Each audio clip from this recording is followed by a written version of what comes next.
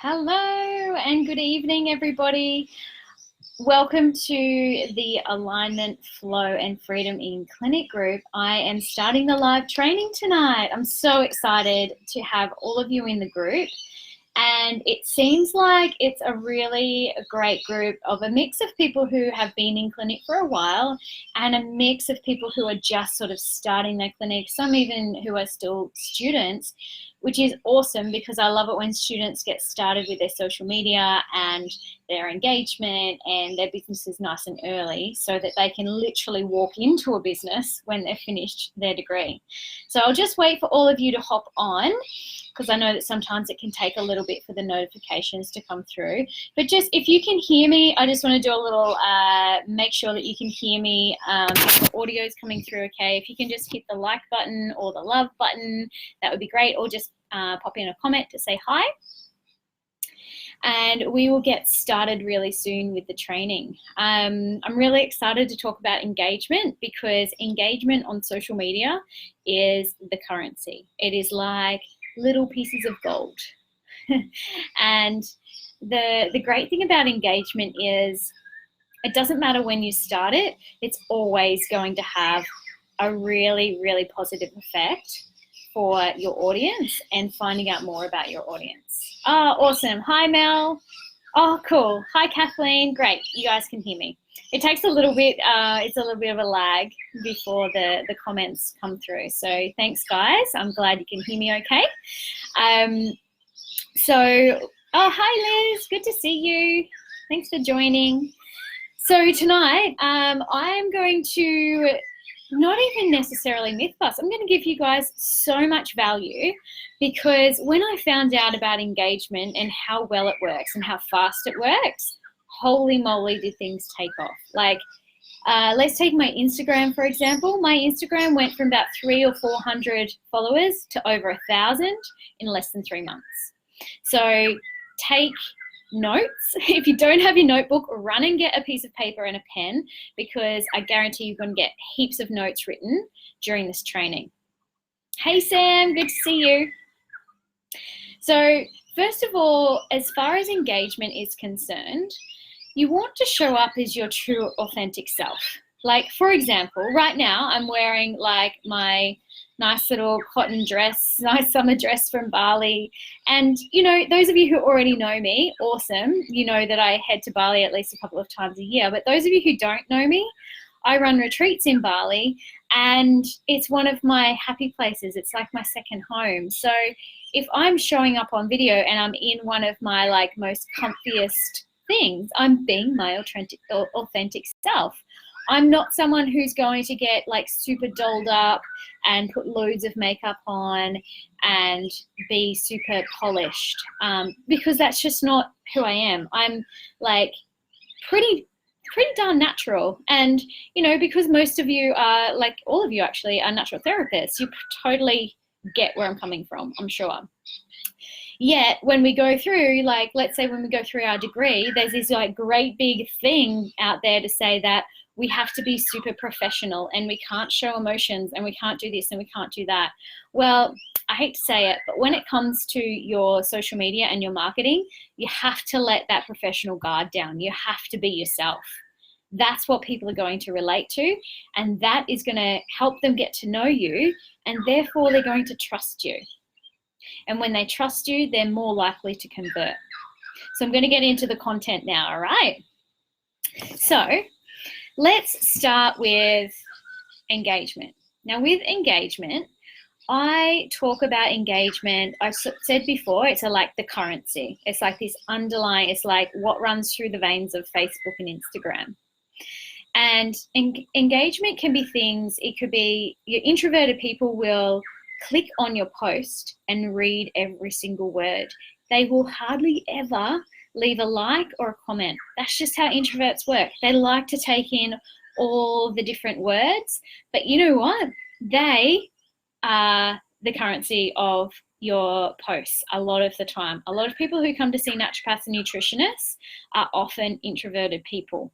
So don't be worried if you're not getting heaps of likes and comments on every post, because usually it's your more extroverted clients who are commenting and liking on posts and sharing as well. Focus on your engagement like you're in a long-term relationship with your clients. So I put a good analogy in the group a little earlier in the week when Rose had talked about, or maybe it was Mel, had talked about like, when's the best time to put a sales post up? And really, like, if you're seeing this as a relationship, like, how far through the relationship would you, first of all, meet them? And then maybe send a text message. And then maybe call them. And maybe go and meet them for a drink or dinner or lunch or even coffee. And then what would happen after that? Like, would you go for a walk on the beach? Would you maybe like meet for another date? And like, how long would it actually take for that person to take it to the next level and invite that person back to their house? So like, if you think about your social media as a journey of this relationship of getting to know you, what are you going to put out there first to them? You're going to put something out there that isn't necessarily too controversial or too deep or too raw, but you want it to be relatable. You want them to read it and be like, yeah, she gets where I'm coming from.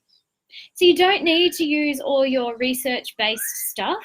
You can have your research in your head, but you need to put it in your ideal client's words. So can I just get some of you to put your niches? So like, do you focus on women's health, or do you focus on kids, or do you focus on something else? Oh yeah, Mel, where I live in Currumbin, there are loads of birds. We've beat the lorikeets this evening, and now the cicadas have started, but yes, the birds are lovely.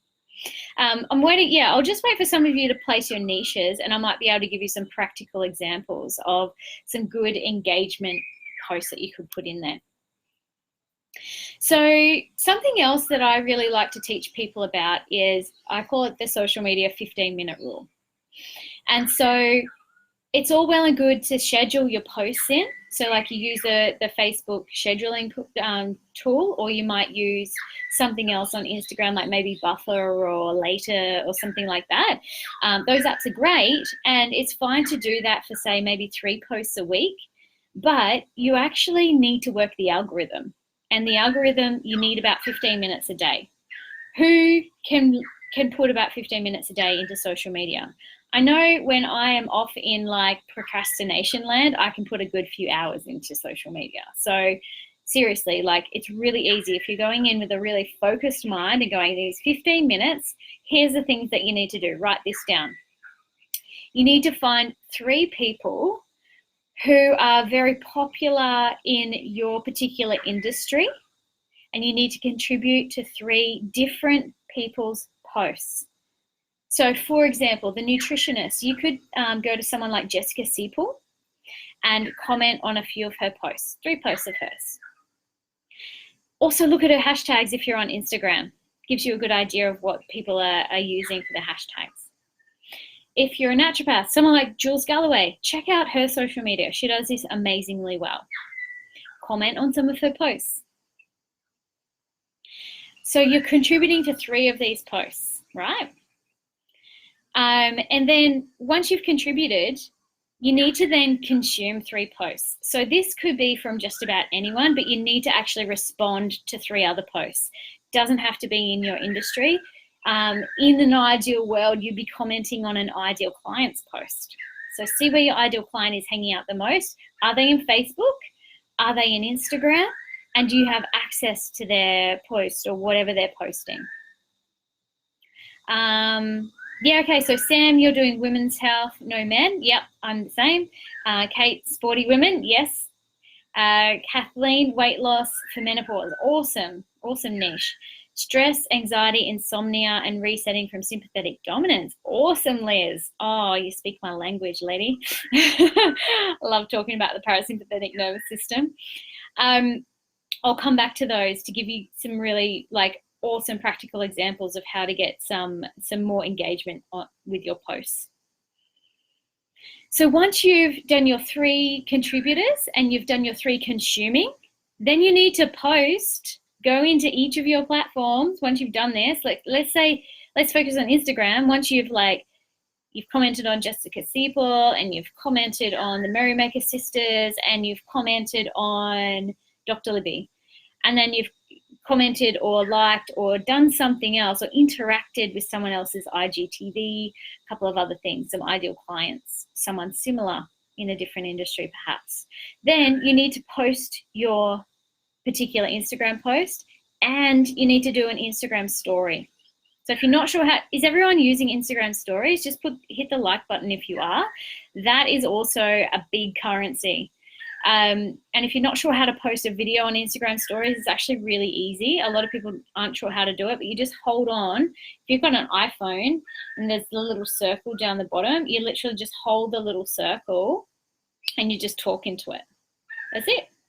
And then you actually have the opportunity to go back and put captions or put little giffies or put hashtags or whatever you like into those stories and then upload them. So the beauty of that is you fed the algorithm and then you have fed it with your own post and with your own story. You just watch. People will see your post so much more. And with Instagram as well, you just got to make sure that you're using hashtags related to mostly towards the picture. So whatever picture you're using and your caption, it needs to be related to those two things. Now, next, to boost engagement, people need to learn to trust you. So how do you get people's trust? How do you learn and gain trust? I find something that's up and coming and people are getting a lot of value out of it is using little snippets of client testimonials. So like if somebody says, oh my gosh, you helped me so much with my sleep. I took those herbs for 2 nights and I had the best sleep of my life. Then you literally need to use that in your marketing. You literally need to use it. And if you can, frequently just say to people, oh, can you say that again? Can I write that down? Do you mind if I use that in my marketing? Often they're just like, yeah, of course, that's fine. So something else, you need to use questions to connect with your audience. Now, what sort of questions do you ask? Do any of you use questions yet? And if you're using questions, are they able to answer them really easily, or is it more so a rhetorical question? Because my suggestion to you is to make it super simple for your audience. So I'm going to give you, how many have I got? 6 different scenarios. So get your pen and paper ready. So here's some more questions that you can ask your audience, or the types of engagement posts that I tend to use that get really, really good engagement. So number 1, ask for your clients or your audience's opinion. So for example, you could just take 2 pictures and it might be something like, oh, hey everyone, today I was out at the plant place and I wasn't sure which plant to choose. Should I get this peace lily or should I get this little cactus? Which one do you like better? Literally, people are going to fly on and be like, I choose the cactus. No, I choose the peace lily. Their flowers are so awesome. You will literally get so many replies to that. Number 2 is an opinion post.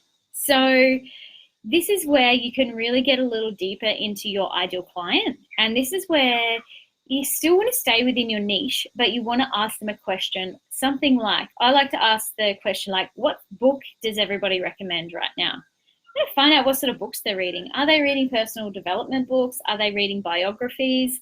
Are they reading scary fiction?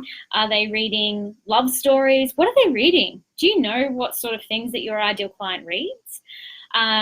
You might ask them what podcasts they're watching. What do they recommend on Netflix? Like, this is really a lot of gold for you to siphon into, take notes, and then you've got a lot of information about your ideal client right there. Next, you want to give them the opportunity to get to know you better. And this is possibly one of my favorites because I do like to tell a story, and story posts do so well. Now with stories, you could do something like, I will often just do it with a selfie and just talk about some sort of journey that I've been on. So let's say I've been to Bali and I had a big realization. and I'm sitting there in like this little pod outside the yoga studio that I went to, and I started talking about these realizations that I had and this aha moment that I had. And it really helps them like get into where your brain is at, and it helps them, if you're going deeper into what your ideal client, some of the problems that they actually face. Like maybe I could have talked about how I used to get such bad anxiety, but now I practice yoga and I actually felt so much better since I've practiced yoga that it's helped to calm my anxiety down like pretty much to zero. And these people could read that and be like, oh yeah, I do yoga too, and that's what it did to my anxiety. And it helps them feel like they're less alone, that a health professional, like, they often think that we're perfect, but we're not. We're still humans, and it's like a human post. You actually need to let them know that you're a human and that they can interact with you. So at the end of that, you might even offer them a question of like, does this resonate with you? What part of this resonated with you? Who else uses stories? I'm such a fan of stories. So Sam, only other naturopaths answer your questions. That's okay. Just keep going with it, because I already know who you are, which is handy for me. But keep going with it, and you will keep getting to know your ideal client that little bit more, and keep using questions that are more formulated for your ideal client. So just keep going. Things that they like, things that they dislike. Ask them for solutions, perhaps. The next one, let's go to number 4. So number 4 is a celebration post. I equally love celebration posts. Now, this is somewhere where you might have got like a nomination for an award. So I got a few nominations for some awards for a ceremony that's happening next month for NATX. And I was stoked. I was like, oh my God, it's so cool. And so to be able to share like my journey. So I did a story post and a celebration post all in one, because I didn't want to hold back. And it was like music to my ears. It was like, oh my gosh. And I'd literally just got back home from Bali when I opened up my computer, and I thought it must have been a glitch in the system. I had like all these emails from the same email address. I was like, oh, what is all of that? Oh, they were just nominations for awards. And I just got so excited. It was so exciting. And so to be able to share that, and then for other people to be like, yeah, well done, woo. And then to ask at the end, you know, what are you celebrating right now? And some people come back and they celebrate all sorts of things, but it's so nice. Like, celebration is one of the highest vibe energetics you can think of. So sitting in celebration mode is just so beautiful at helping to raise the morale of anyone who's following your posts and commenting on your posts as well. The other thing about celebration posts is if you're slightly bragging about something, like let's say that I was in that space and I was like, okay, I would just want to let so many people know that I'd been nominated. Well, then people are going to see that as a little bit of credibility as well. So it can work in lots of different ways. All right, so number 5. This one is a big one for naturopaths and nutritionists. People need to know who you are, where you are, and how they can work with you. How often do you share that? You need to be doing it at least once a week. Because you think you start getting more engagement, you're going to have new followers, and those new followers, they're going to possibly be wondering and be left in the lurch. And they don't necessarily want to have to Google who you are and what you're doing and find your website. If you're putting it straight in front of them as an Instagram post or an Instagram story, or you're putting it straight in front of them on your Facebook page, or you're doing a live video just to be like, oh, hey, you guys, here's a little picture of my clinic. I'm actually in my clinic now. So you're getting a sneak peek as to how my clinic is set up. And you could literally do a little walkthrough, and then you just go, oh, and by the way, I'm in clinic Tuesdays and Fridays from 9 till 5. Can't wait to see you guys. I'm going to leave my details of how to book in just in the first comment. So just click there if you want to book in. Literally, it is the easiest way. You want to make it so easy if someone wants to work with you, to just be able to do one click, choose their time, they're in. Seems really simple, doesn't it? Just do it once a week. You could even schedule it in. for the next 4 weeks and see what happens. So next, we want to help you build your authority. Now, this is another sort of credibility thing. It helps to build trust with your audience, and you become seen as the expert. So all of you who have all those awesome niches, I would suggest going to Apple Podcasts or wherever you go to podcasts. But the fact you want to do is to find some that are actually ranked quite high and pitch to them. So like if there's someone, the wellness women, they would be someone really good to pitch to if you're into women's health. And what you need to do is you need to say, hey, I have a really similar audience to you and I'm really into this. Like let's say menopause, weight loss in menopause, Kathleen. I feel like this could really help your audience. Would you be interested in having me on and interviewing me? You know what? It's a little bit nerve-wracking to send for the first time, but then when you get your first yes, it is just like, what? So good. And you get interviewed by them, and then they'll tag you in all of their social media and all of their platforms. All of their audience will get access to you, but also you'll get that link that you can share on your own page, send to your email list, etc., and it builds your authority. So people then see you as the expert in that particular topic, in that particular realm. And the more often you can be on podcasts or interviewed like via video, you can be interviewed on Facebook, you can be interviewed on Instagram or even YouTube. Start approaching people, even if it's just one person a week. Start doing that little bit of research. In an ideal world, it's going to be someone from a different industry or profession that serves a really similar audience. That is going to be your ideal person. If not, go to your favorite podcast and you can start pitching to them. It's really, really, like I said, it's a nerve-wracking thing to do, but it's so worth it. And building your authority is going to increase your engagement so much. So that is possibly like, for some people, it might be a further along thing to start focusing on, but you might as well start now. Even, you can put aside 30 minutes a week to send a pitch to somebody.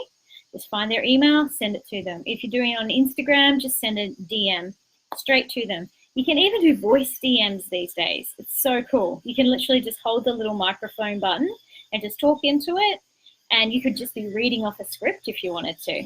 Literally, it will just send through to them and see what happens. You've got nothing to lose, right? So once we've got the engagement posts happening and you've boosted your engagement, we want to, I just wanted to focus on just a few things that I would get you to consider not to do. So what not to do? Because I follow so many other naturopaths and nutritionists, the thing that I would say that stands out the most is that a lot of people's posts are really boring. It's very ho-hum. It's very sort of brown and vanilla. It's very like, content heavy, research heavy. It's like you're pitching to other naturopaths and nutritionists. So if there's one piece of advice I could get you to listen to tonight, it's put it in your client's words and put it in the way where you feel a bit more excited about it. Particularly if you're coming on video, you need to animate yourself a little bit. Don't be like, oh yeah, and just slouch around and have really low energy. No, you need to sit yourself up nice and tall and have a few deep breaths before you get started and speak really clearly. If anything, you need to project your voice like you're speaking to 50 people in front of you. That's what you need to do, because having a screen in front of you, it actually dulls you down by about 30%. So with your audience and your content, if you're actually focusing in on what your ideal client's problems are, like focus on their problems at least 2 posts a week. So let's say the menopause ladies, they're 100%, they cannot lose weight, or they're struggling with losing weight. They can't sleep. They're getting hot flushes. They're stressed out. They're going through transitions in life. Perhaps they've got teenage kids. They've got it all going on. You can focus on so many problems for them. Women's health. There is a multitude of things that women are going through at any one time. And I will often focus in personally in my own naturopathic clinic. I'll be talking directly to mums. It's really easy being a mum and speaking to other mums because we get each other.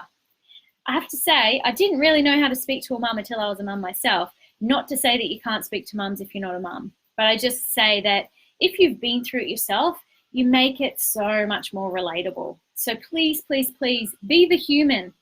Stand in front of the brand. The branding is there, but you need to still be the human who is the brand. Also, I find that some posts are actually just talking at the audience. So it's just like blah, blah, blah, blah, blah, blah, blah, and this, and this. And instead, you might want to change it up a little bit and try and include the audience. So a few little rhetorical questions in the middle, asking them for their opinion, or sort of getting them a little bit curious and setting up a little bit of intrigue is going to make a lot of difference. So let me think of an example. I see a lot of food posts. Let's say food post. Somebody shared their breakfast, but the breakfast could be while they're out at their favorite breakfast cafe. So you could bring in some sort of really great story about why you're eating breakfast at the cafe. It could be a story about self-care. It could be a story about you're celebrating something. It could be a story that you're such a foodie and this food not only makes your tongue dance and your tummy dance, but it also has minerals and vitamins and fiber and all these other goodies. So you can see how like you can have your story and you can deliver a little bit of good content and actually deliver a learning point to your audience without being boring. So see how you go. I'm not trying to tell you that you're all boring, but I just have to say that make it less content heavy and more story heavy and you'll get a lot further. More questions, more questions, more questions. And lastly, I've sort of touched upon it, but please, please, please stop talking about the research. You could say something like research has shown, but you don't need to go deep and heavy into the research, unless, of course, you want people who are scientists or who have health science degrees reading your posts and liking them. So if that is your ideal client, awesome, keep doing that. But if it's not, you really need to talk to the people in their own language. Like Liz, for example, if you are talking to people about their sympathetic dominance, I know first and foremost that if I talk to my clients about their stress, they don't like the word stress. So I more so just bring up the word busy. I'm like, so how busy are you? Oh my gosh, I'm so busy. Whereas if I say, so on level of 1 to 10, how stressed are you? They're like, oh no, not at all. I'm not stressed at all. But it could be the exact same person. So using the words to help them really clarify where they're at and show a bit more awareness of where they're at. So then you can be like, did you know that when you have more than 3 thoughts in your head at once, that it could cause anxiety? Do any of these things ring true to you? Racing thoughts, forget things when you walk into the room, racing mind at night, waking up to pee, and you're like, you know, you could go on to say that this is part of a stress pattern and just bring it to the front of their mind. So yes, you are delivering content and a learning point, but you're making it extremely relatable. So see how you go with that. You just see that I've made all my points. So I just want to make sure I cover everything for you guys. This is the other part about engagement. Really, really important. When you start getting people commenting and liking and sharing your posts, you can either comment back to them. So like they might have left a comment and then you hit the reply button and you reply to them. Always reply. It doesn't matter what they do, just always reply, okay? Even if it's just a smiley face, it's better than not because this is feeding the algorithm. What else? Oh, there's a couple bars. For some people, if they are asking something quite personal and you don't necessarily want to answer it in a bit of a clinical way on your page or on your personal page, just direct message them. Take it to a private message. It's probably easier to direct message on Instagram because Facebook kind of hides it away in that special folder, but some people go and find it.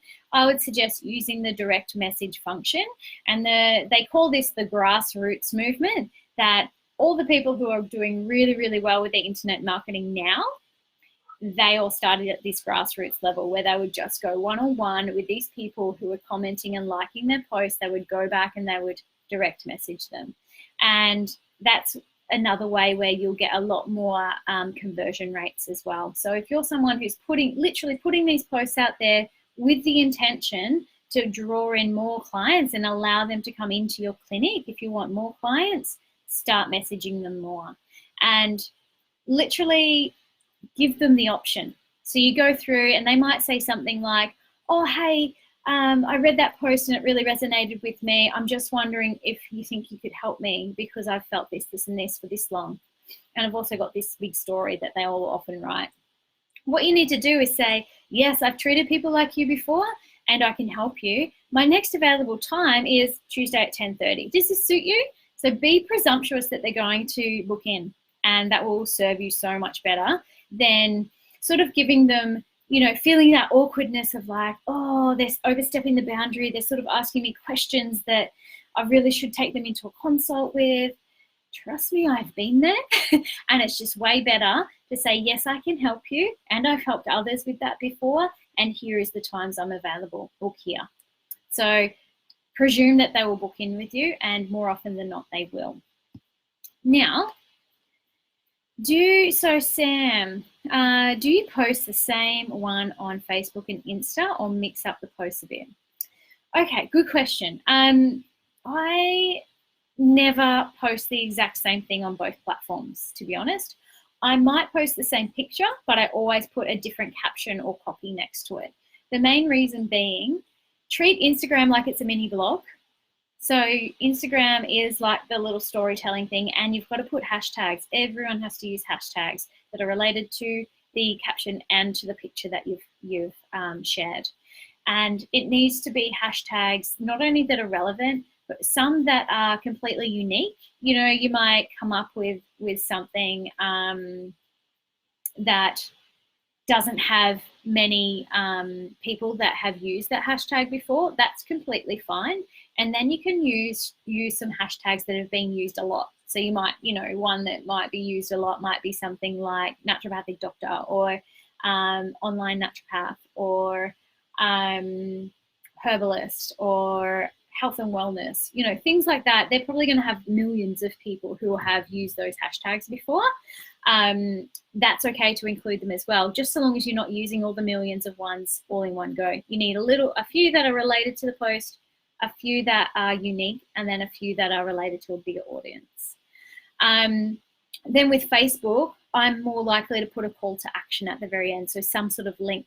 So it's almost always story-based or it's question-based to get the engagement. I'll often use memes. It's like my Facebook is more like my fun platform. So I'll often put something like, I don't know if any of you saw it, but the Kmart one was a classic. I put that up the other day and it went really, really well with organic reach. And it said something like, I really hate Kmart. How on earth does 2 + 3 + 7 + 9 equal $167.95, which I just thought was gold. I was like, that's it, I'm sharing that.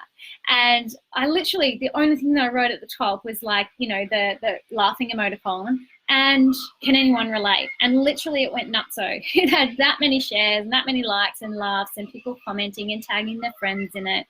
So those types of posts are really, really good for engagement as well. So if part of your branding message is to be more fun, definitely put in those memes as well. So hopefully that answers your question, Sam.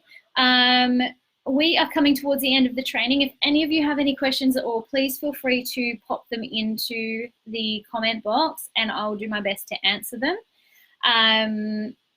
I hope that you all got plenty of gold out of this. Like, I am just super, super passionate about helping naturopaths and nutritionists reach new levels in their clinic this year and beyond. And I hope that you all can make the training over the next 4 days because I'll have more gold to share each day. I don't see any new comments coming through, so I will love you and leave you. Thank you all so very much for joining me. If you came in late, I can see a few of you joined late. This will be uploaded into the group. All these live trainings will be up for the next week and then they'll be taken down. So it is a time sensitive thing. if you've got a friend who you know needs to be in the group and needs to hear all this stuff, please feel free to get them to get in touch. And I wish you all a happy night, and I'll see you all tomorrow.